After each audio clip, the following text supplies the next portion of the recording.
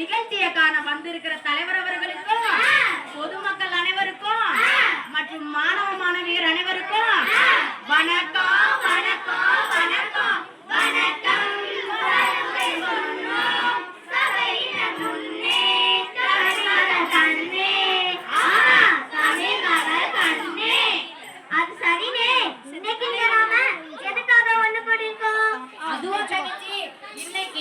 ஒரு முக்கியமான விஷயத்தை பத்தி பேசுறதுக்காகத்தான் எல்லாரும் ஒன்று கூடி இருக்கிறோம். நம்ம பேச போற விஷயம் இன்றைய காலகட்டத்துல கட்டாயமா பேச வேண்டிய ஒண்ணு. என்னால ஓரளவு யோகிக்க முடியுது. இருந்தாலும் தலைவர் உங்களால சொல்றதுதான் பொருத்தமா இருக்கும். சொல்றேன் கேளுங்க. குழந்தைகள் பாதுகாப்பு மற்றும் போக்சோ சட்டம் அதை பற்றிய விழிப்புணர்வை பத்தி தான் பேச போறேன். நானும் இதேதான் நினைச்சேங்க. சரி, நீங்களே சொல்லுங்கம்மா, யாரையெல்லாம் குழந்தைகள் அப்படின்னு சொல்லுவோம்?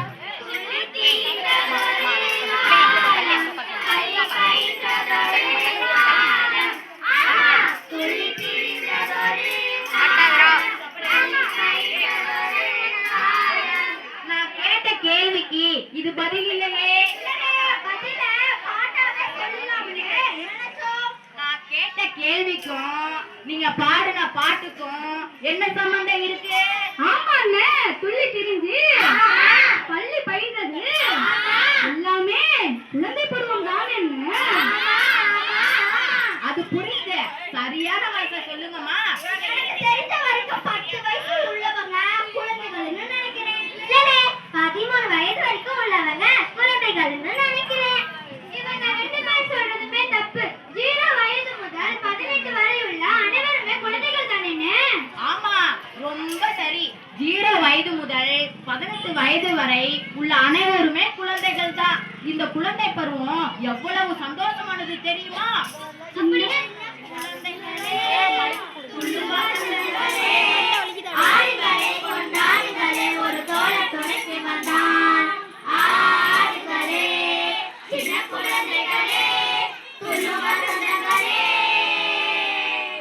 இப்படி சந்தோஷமா குதூகலமா இருக்கிற அந்த குழந்தை பருவத்தில் சில குழந்தைகள் பாலியல் ரீதியான துன்புறுத்தலுக்கு ஆளாகிறாங்க.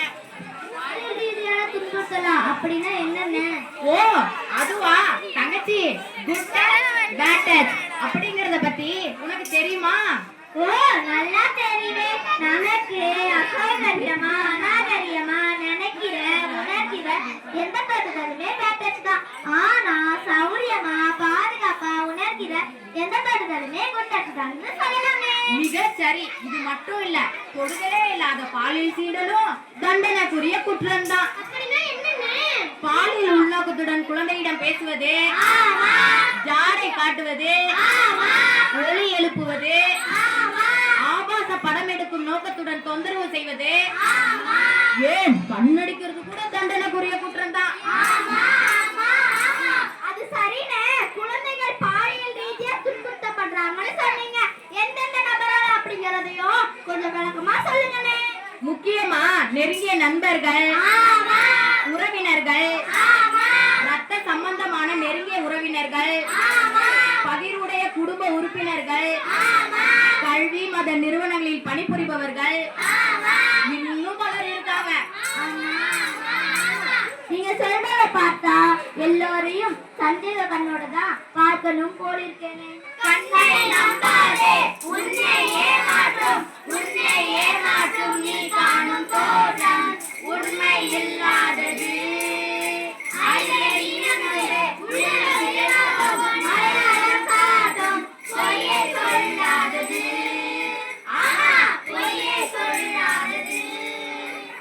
சரிண்ணே, ஒரு குழந்தைக்கு இந்த மாதிரி பாலியல் துன்புறுத்தல் நடந்தது தெரிய வந்தா நம்ம என்ன செய்யணும்னு? கவலையே வேண்டாம், இருக்கவே இருக்கு குழந்தை உதவி எண்.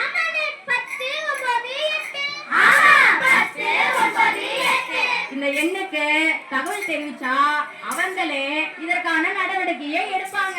இந்த மாதிரி விஷயத்துக்கெல்லாம் புகார் கொடுக்க அவ்வளவா நிறைய பேரு முன் வர மாட்டாங்க. குழந்தைய பத்தி எல்லாம் தப்பா பேசுவாங்க. அப்படி இப்படின்னு மூடி வரைக்கதானே என்ன பார்ப்பாங்க. அங்கத்தான் தவறே இருக்குது. போக்சோ சட்டத்தின்படி பாதிக்கப்பட்ட பாதிக்கப்பட்ட குழந்தைகள் பற்றிய தகவல்களை எதையுமே எப்பவுமே வெளியிட மாட்டாங்க. புகார் கொடுக்கறது மூலமா இந்த தவறு மீண்டும் நடக்காம நம்மால தடுக்க முடியும் தம்பி. நான் அப்பவே கேட்கணும்னு நினைச்சேன். நிகழ்ச்சி தொடக்கத்திலேயே போக்சோ சட்டம் அப்படின்னு சொல்றீங்க, இப்பவும் சொல்றீங்க. அப்படின்னா என்னென்ன? அப்படின்னா protection of children from sexual offences 2012. அப்படியே புரியுற மாதிரி தமிழ்ல சொல்லுங்கண்ணே. அப்படின்னா பாலியல் குற்றங்களில் இருந்து குழந்தைகளை பாதுகாப்பதற்கான சட்டம் 2012. நன்றி. இந்த சட்டத்தின் படி யார்கிட்டலாம் புகார் தெரிவிக்கலான்னு? காவல்துறை, சிறப்பு சிறார் காவல் அலகு, பஞ்சாயத்து தலைவர், கிராம நிர்வாக அதிகாரி, குழந்தைகள் நலக்குழு, ஒன்றிய மற்றும் கிராம அளவிலான குழந்தைகள் பாதுகாப்பு குழு, இது எல்லாத்துலயும் புகார் கொடுக்கலாம். இதையெல்லாம் கேட்கும் பொழுது இந்த சட்டம் மிகவும் முக்கியத்துவம் வாய்ந்தது போலிருக்கேன். முக்கியமானது மட்டும் இல்ல, மிக விரைவான நீதி வழங்கவும் வகை செய்யும் சட்டமும் கூட. சத்தியம் சத்தியம் எல்லாம் வல்ல இறைவன் நானே சொல்ல போவது யாவை உண்மை. சத்தியம் இது சத்தியம் சத்தியம் இதான் என்ன மாதிரியான தண்டனைகள்னு? குறைந்தபட்சமா ஆயுள் தண்டனையிலிருந்து அதிகபட்சமா தூக்கு தண்டனை வரைக்கும் கிடைக்கும். சரியா சொன்னீங்கம்மா. நிறைய விஷயம் சொன்னீங்கன்னு. குழந்தைகள் பாதுகாப்பு விஷயத்துல பெற்றோர் மற்றும் இந்த சமூகத்தோட பங்கு என்னன்னு கொஞ்சம் விளக்கமா சொல்லுங்கன்னு. ஆண் குழந்தையானாலும் சரி, பெண் குழந்தையானாலும் சரி, பெற்றோர்கள் எந்த இடத்திலும் எந்த நேரத்திலும் அவங்க கண்காணிப்புல வச்சுக்கணும். பெண் குழந்தைகளை எப்படி கட்டுப்பாட்டோட வளர்க்குறாங்களோ அதே மாதிரி ஆண் குழந்தைகளையும் கட்டுப்பாடோட வளர்க்கணும்.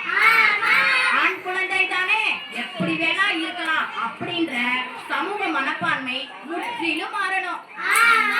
குழந்தைகளுக்கு பெற்றோரும் இந்த சமூகமும் மிகப்பெரிய பாதுகாப்பாளனாக இருக்கணும்.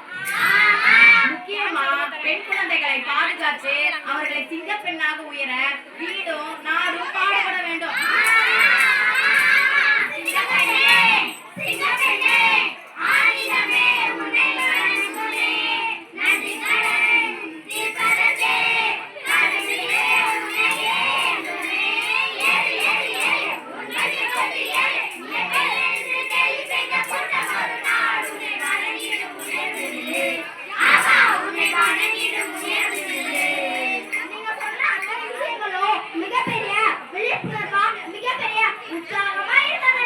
மிக்க நன்றி. இதே உணர்வு இங்க வந்திருக்கிற அனைவருக்கும் ஏற்பட்டிருந்தா அதுதான் நம்ம நிகழ்ச்சியோட வெற்றி. சரி, இப்ப எல்லாத்துக்கும் வாழ்த்து சொல்லி நன்றி தெரிவிச்சு நம்ம நிகழ்ச்சியை முடிச்சுக்குவோமா?